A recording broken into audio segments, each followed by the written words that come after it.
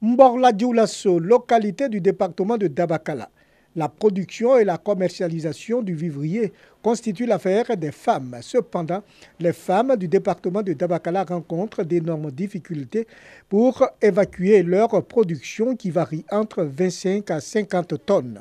Composée essentiellement d'arachides, de gombo, de tomates et du piment. Face à cette situation, les femmes du département de Dabakala ont fédéré leurs forces et énergies au sein de l'association Binkadi. Il s'agit d'interpeller les autorités locales à les soutenir dans leurs activités d'autonomisation de la femme rurale. Il était question pour elles, arrivé à un certain moment, d'appeler les autorités administratives, politiques, coutumières, pour leur dire qu'il y a un travail qui se fait depuis belle lurette. Parrain de la cérémonie officielle de sortie des femmes de Binkadi, le président du conseil régional du Yambol, Khalil Konaté, a encouragé cette synergie d'action des femmes pour leur autonomisation.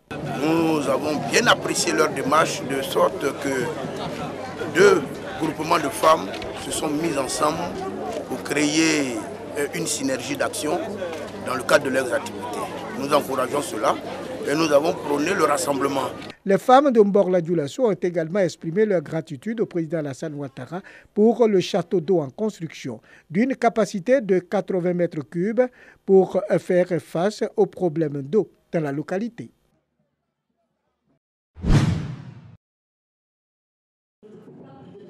Devant un auditoire composé des leaders de partis politiques, de jeunesse et des organisations de la société civile, le président de la plateforme de la société civile, Doumbia Soumaïla, a entretenu les participants à cette rencontre sur la contribution des leaders de jeunesse à des élections apaisées. Il est surtout question de renforcer les capacités des leaders d'opinion afin de véhiculer dans leur environnement des messages de paix et de cohésion sociale. Chaque citoyen a le droit de choisir librement son représentant, soit par voie directe ou par l'intermédiaire de représentants légalement choisis. Cette conférence s'inscrit dans cette dynamique. C'est un renforcement des capacités rapides qu'on vous donne, de sorte que vous puissiez vous acquérir de certaines notions de la démocratie, de certaines notions des élections. Depuis 2017, le réseau national des jeunes pour la promotion de la solidarité et la cohésion sociale s'engage dans des campagnes de sensibilisation pour des élections apaisées avant, pendant et après le processus électoral.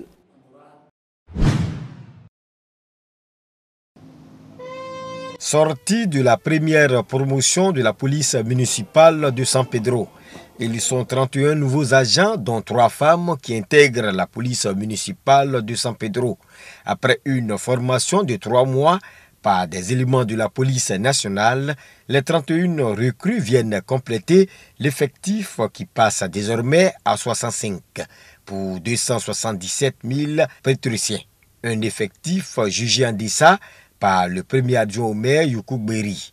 D'où la nécessité, selon lui, d'accroître le nombre de policiers municipaux. La première promotion de la police municipale de San Pedro, baptisée promotion Félix Anoblé, du nom du maire de la commune, a effectué sa sortie en présence de parents et amis. Pour le premier magistrat de la commune, cette police municipale va monter en puissance pour le bonheur des pétriciens. Nous insistons sur le fait que ce soit une première promotion parce que la ville de San Pedro, depuis donc son existence, la commune a eu une police municipale. Mais c'est une police municipale qui a vu des agents recrutés rejoindre un corps sans une formation particulière. Cette promotion qui rentre est une promotion qui a été recrutée à travers un concours. Les meilleurs ont été retenus, ils ont été formés. Nous avons démarré donc aujourd'hui par l'équipement en matière donc de vélo. La police municipale cette année va obtenir donc 2 premiers véhicules, mais l'année prochaine 4 véhicules qui permettront donc à cette police d'avoir 6 véhicules de prévention et qui viendront donc en aide à la police nationale elle-même dans le maintien de l'ordre dans la ville. La police municipale de San Pedro comprend 4 brigades. La brigade spéciale, la brigade de surveillance, la brigade chargée de la salubrité et de l'hygiène publique et la brigade chargée de la circulation. Le conseil municipal a doté à l'occasion de cette sortie la police municipale du matériel de travail. Ils sont venus de toutes les régions de la Côte d'Ivoire, les membres de l'amitié de développement de Tembani, pour cette première assemblée générale extraordinaire à Bouaké. Tembani est un village de la sous-préfecture de Séguelon dans la région du Kabadougou. Le président de la mutuelle a rappelé d'entrée de jeu aux membres les missions premières de leur organisation, à savoir mutualiser les énergies autour d'un idéal commun qui est le sort de leur terroir. Dès la création de la mutuelle, nous nous sommes mis au travail. Nous avons confectionné des dizaines de bancs parce que des enfants s'asseyaient à terre. Après ça, nous avons cotisé pour achever le logement maître. Nous avons construit des toilettes au niveau de la mosquée. Et nous sommes là aujourd'hui pour faire un bilan, nous projeter sur l'avenir. Cette rencontre a été l'occasion pour les membres de la mutuelle de passer au peigne fin toutes les difficultés que connaît Tembani. Difficultés qui ont pour nom l'électrification, l'addition en eau potable, les infrastructures éducatives et routières. La réalisation de ces projets fera de Tembani un village modèle où il fait bon vivre, d'où l'appel du président de la mutuelle.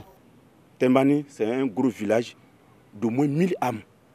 Et jusqu'à aujourd'hui, Tembani n'a pas de route, Tembani n'a pas d'électricité, Tembani n'a pas d'eau. Et concernant les projets d'État, nous attendons toujours de l'État. La mutuelle de développement de Tembani a été créée en 2019. Elle regroupe les habitants de Tembani qui désirent voir leur village sorti de sa léthargie.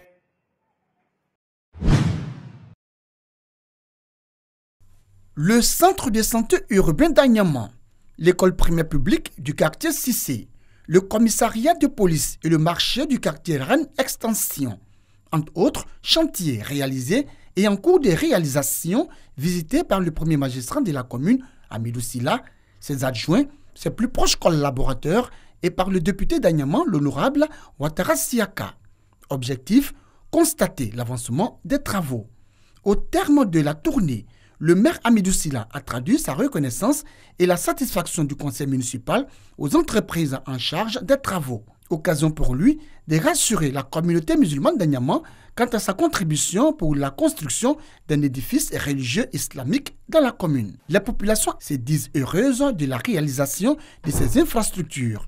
Elles n'ont pas manqué de saluer l'initiative du maire et de son conseil, mais aussi celle des élus et cadres de la ville d'Agnaman. Vraiment, nous sommes très contents pour avoir cette belle école et l'hôpital. On n'a rien à dire que de souhaiter longue vie et bonne chance pour les premiers responsables de la commune d'Agnaman. Amidou Silla assure, d'autres chantiers sortiront des terrains les tout prochains mois pour le bonheur des populations et les autres chantiers en cours de réalisation seront visités les jours à venir. Les actions se multiplient en faveur de la promotion du tourisme de Dimokro. Une conférence sur le thème Festival, outils de développement du tourisme et promotion d'une localité. Cette causerie de débat, initiée par la direction départementale du tourisme, vient enrichir les connaissances des étudiants de la filière et autres acteurs de ce secteur sur les produits culturels et touristiques de Dimokro. Il faudrait que cette ville mise sur le tourisme mémoriel et qu'elle soit un lieu de convergence de tout le peuple ivoirien. Par exemple, le cimetière des martyrs de Dimokro, c'est la maison de Félix Faure-Boigny ici. C'est se rappeler que cette ville peut devenir un lieu une sorte de pèlerinage parce que le 30 janvier 1950, il va avoir ici une sorte de massacre colonial. C'est vrai, le tourisme participe au rayonnement d'une localité. Mais ici, les sites touristiques sont encore moins fréquentés. Seuls les réceptifs hôteliers, restaurants et débits de boissons contribuent à la prospérité de la ville. Les lauréats de ces domaines ont été récompensés.